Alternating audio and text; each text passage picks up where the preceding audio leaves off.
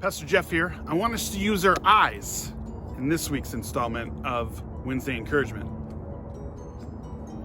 To be honest, I don't see very well. I can't really see far, and I've started to have to use reading glasses. The recurring joke that my wife and I have is I can't read the signs when we're driving down the road, but I can spot a red-tailed hawk 500 yards up ahead.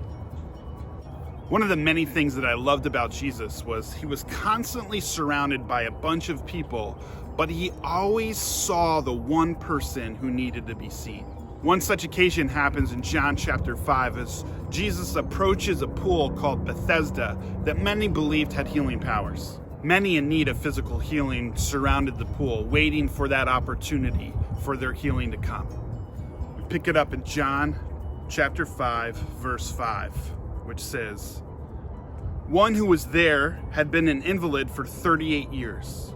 When Jesus saw him lying there and learned that he had been in this condition for a long time, he asked him, 'Do you want to get well?'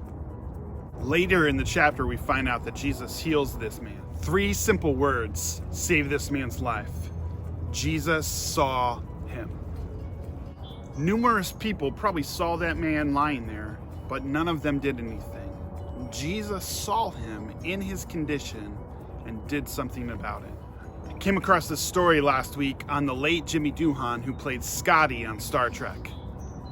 He told a story of how he received some fan mail from a fan who said they weren't doing well and were suicidal. Jimmy reached out to the fan and said, "I want to see you at the next Star Trek convention in your area." Sure enough, she showed up at the next convention in her area.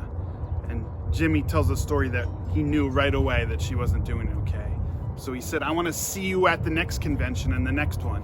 And over the course of the next 2 to 3 years, he saw her 18 different times to check in with her.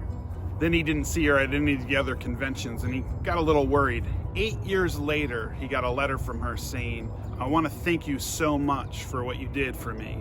I just got my master's degree in electrical engineering."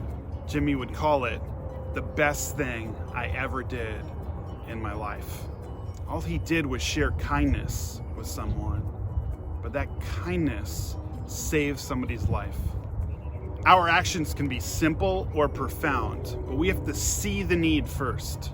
So this week, let's open our eyes. Let's see what needs to be seen. Let's follow the model of Christ of noticing the need and acting. There is somebody today that needs to be seen by you. So let's open our eyes and see what Jesus sees. Go in peace.